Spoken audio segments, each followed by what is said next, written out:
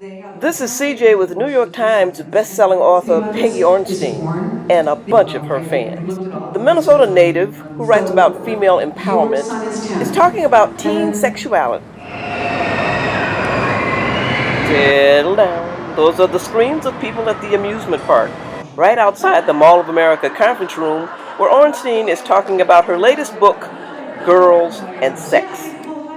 She's a very interesting woman who is not afraid to tackle touchy subjects with a directness that might make some uncomfortable, although more often than not, she makes her point with humor.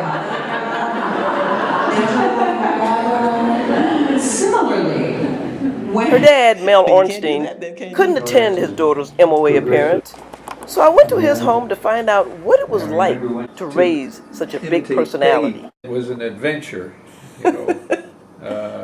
It all kind of started when she was born. You know, we had two boys.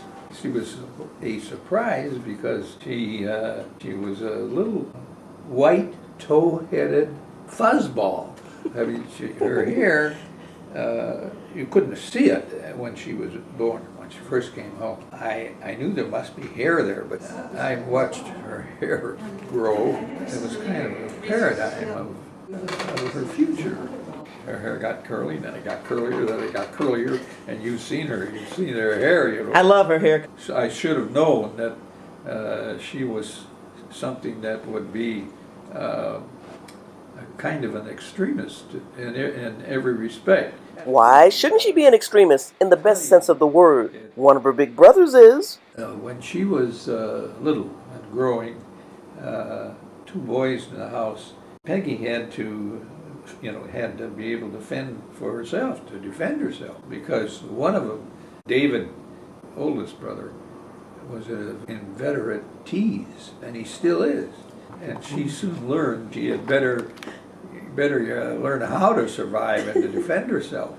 And sure enough, she got the idea, and she proceeded to take care of David, but good, you know. She grew up with her brother, the tease, toughening her up all the way. When I see her name in print and so on, I realize that it's a process, and she's the champion. She's driving it. You read every book from cover to cover, I would yes, guess. you bet I do. I can't believe where she's going.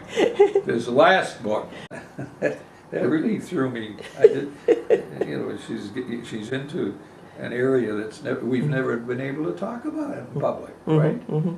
And as I said, it wasn't so long ago when women were property. It's a whole new culture, is I guess what I'm trying to say. She can get to this point where she can talk about sex and the necessity for recognizing the change, the big change that has occurred.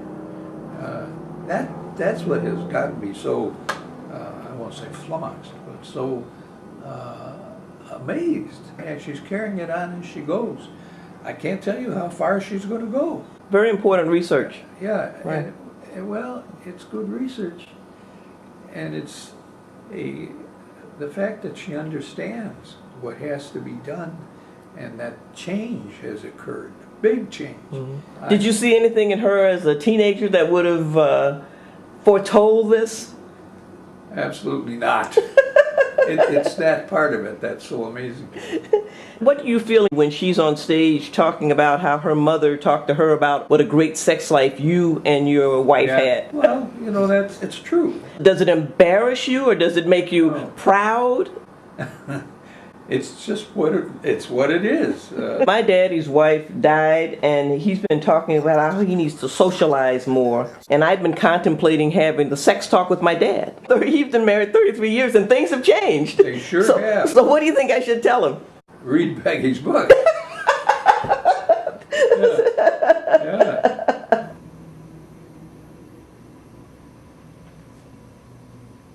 Peggy Orenstein is married to director Stephen Okazaki, an Oscar winner.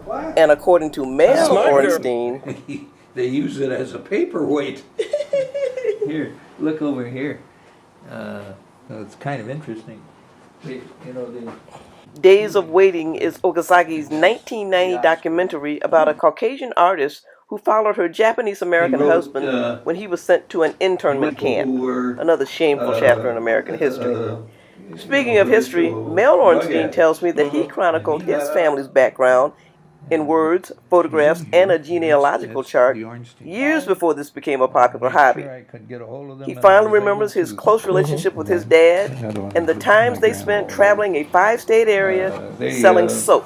Of course, we never talked about sex. You never talked about sex with your dad? I can't imagine my dad talking to me about things like Peggy's talking about.